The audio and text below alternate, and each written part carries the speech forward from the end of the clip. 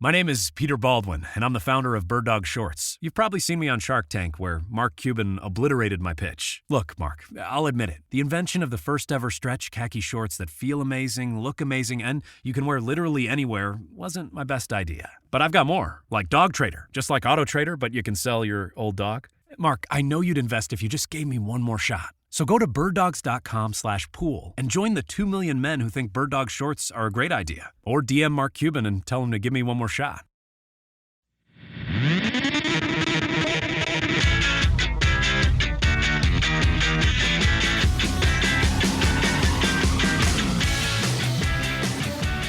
Good morning, White Sox fans. This is your Sox Machine White Sox wake-up call for Friday, June 9th, 2023.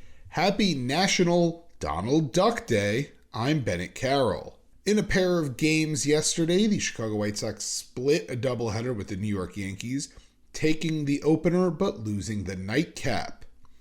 With the sky slightly less smoggy than it was on Wednesday, Lance Lynn got the start for the Sox against Luis Severino in the first game. After a scoreless first, the second had some good action. Andrew Vaughn took a leadoff walk, letting perennially underplayed Jake Burger step in. Burger swung on an 0-1 four-seamer and crushed it to left center, giving the pitchers in the bullpen and left a gift to put the White Sox up 2-0. Bottom two, though, and the Yankees are not going to just roll over and play dead. What are they, the White Sox? With 2 outs, Billy McKinney got a Lance Lynn special, a fastball down the middle, and drilled it to center, legging out a triple. But he wouldn't stay on third for long as Kyle Higashioka doubled to right and cut the lead in half. But right after him was Willie Calhoun, who singled to left to drive in Higashioka and tie the game up at 2. Top 3, and the Sox aren't going to settle for no tie. On a 2-1 count, Luis Robert swung and annihilated a ball to the deepest part of dead center field, a 424-foot blast. That is his 14th home run of the year, already 2 more than he had all of last year, and just 3 off the team lead from 2022.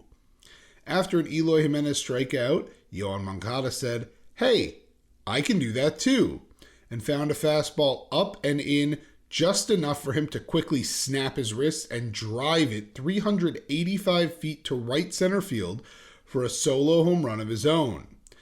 In rapid succession, the Sox were suddenly back up 4-2.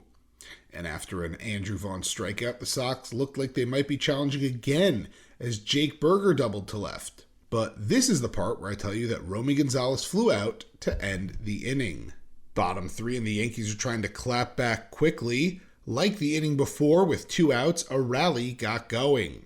Jake Bauers doubled to center, and DJ LeMahieu walked to bring Oswaldo Cabrera up with 2 on. But Lynn got Cabrera to ground out to second to end the inning. After a quiet top of the 4th, the Yankees got back into it in the bottom. With 1 out, Kyle Higashioka singled to left before Willie Calhoun found a high fastball he liked and crushed it to right center to tie the game back up at 4. The bottom of the 5th came around, though, and the Yankees didn't let it stay tied for long.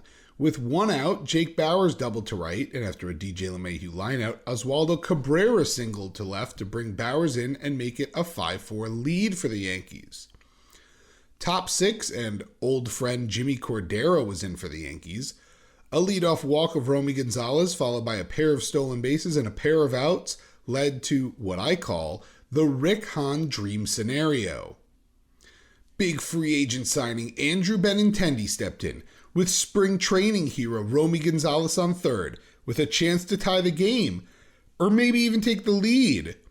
And obviously I wouldn't be doing all this build-up if Benintendi just grounded out to second to end the inning, right? Well, Benintendi grounded out to second to end the inning. Lynn came out of the game before the bottom of the 6th, so his final line sits at 5 innings pitched, 8 hits, 5 runs, all earned, 3 walks, and 4 strikeouts. His ERA on the year grows to 6.72. We go to the top of the 7th, though, and Luis Robert leads off with a double. Eloy Jimenez steps in and goes first pitch hunting, swinging and driving a ball to right center field and over the fence to make it 6-5 Sox. and that would be the last hit of the game until the bottom of the ninth. Kendall Graveman was in to pitch, and after a dreaded leadoff walk, led to an infield single for Isaiah Kiner Falefa. With Gleyber Torres popping out, old friend Anthony Rizzo stepped in with 2 on and 1 out and grounded right to second base.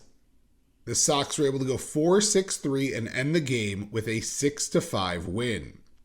Some notes from the first box score: Luis Robert had a 3-hit day, ending just a triple short of the cycle. Jake Burger also had the 2 aforementioned extra base hits. Also a strong showing from the bullpen as Gregory Santos, Joe Kelly, Ronaldo Lopez, and Kendall Graveman held the Yankees down for 4 innings. To the second game of the doubleheader, where Mike Clevinger and Randy Vasquez went head-to-head, with the White Sox looking for a sweep in the Bronx. Top of the first, and the Sox had a rally to start the game. Clint Frazier, the leadoff man for some reason, took a walk, and with 2 outs, Eloy Jimenez singled to left to put 2 on for Yoan Moncada, who popped out to end the inning. And that was the most offense we'd see for a while, including Moncada to end the top of the first. 19 straight batters would then be retired. That was until the bottom of the fourth, when Willie Calhoun led off and knocked a ball down the line in right. Gavin Sheets picked up the ball a few feet in front of the right field corner and fired an absolute rope to second base, where Elvis Andrus caught the ball and applied the tag. And the umpire pumped his fist. Out! However, upon review, it was determined Andrus did not tag Calhoun, who was called safe at second. And because bad things lead to worse things, the very next pitch was a fastball middle in to Gleyber Torres, who hit it 402 feet to left center to make it a 2-0 Yankees lead. The next 6 batters would be sent down before Billy McKinney led off the bottom of the fifth with a home run of his own to make it 3-0.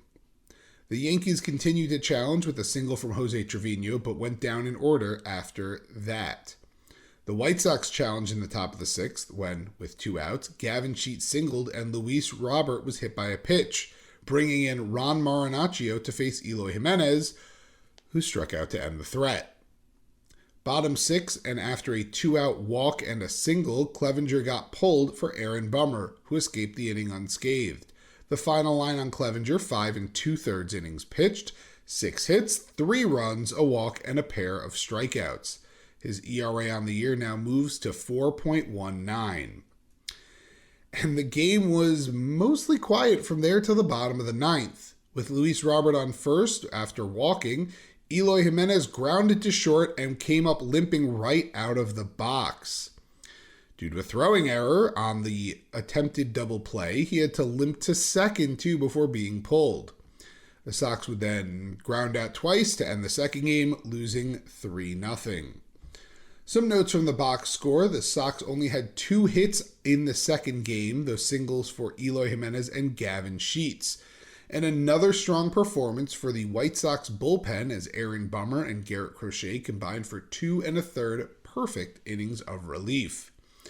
Today, the Sox return home for a series with the Miami Marlins as Dylan Cease and Eury Perez do battle at 7:10 p.m. Central Time.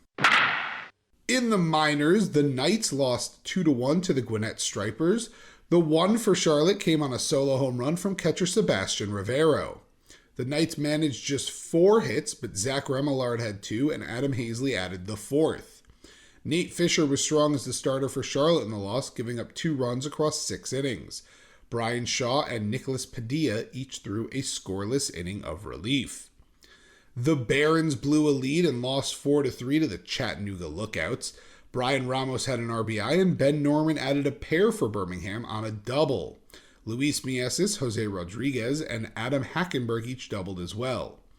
Christian Mana started strong but faltered late, throwing 6 1/3 innings, allowing 7 hits, 4 runs, 3 of which were earned, while walking a pair and striking out 9. The Dash held the Bowling Green Hot Rods scoreless, winning 4-0 thanks to a Cabrera Weaver grand slam in the second.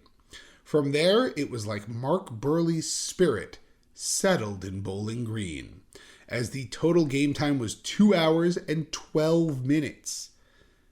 Sean Goosenberg doubled and added a single, while Wes Kath added a pair of singles of his own.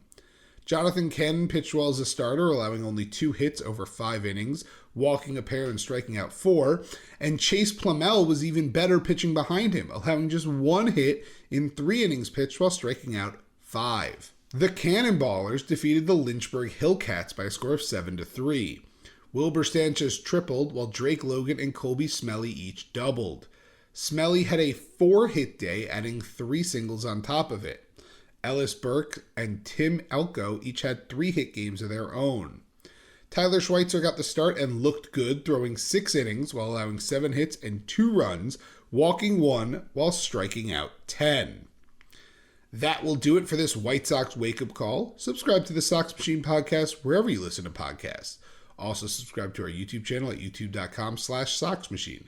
If you enjoy our work and want to support, visit patreon.com/SoxMachine, as we have several different tiers of support starting at just $2 a month for exclusive content, ad-free podcast and website, and first crack at our new swag.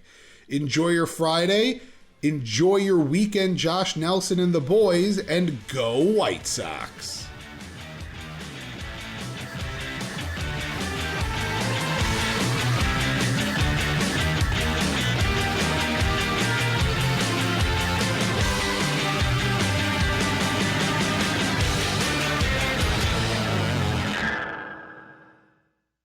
Do you look awful in regular shorts? That's because they're made of a stiff cotton. They're literally not made to move at all. This means a baggy, boxy, unflattering cut on every leg. Bird Dog Shorts fixed all that. They invented Cloud Knit khaki fabric. It looks just like khaki, but it stretches. You get a way slimmer fit without having to sacrifice movement. You never thought shorts could look this good. Go to birddogs.com/pool and grab a pair before they sell out for the summer.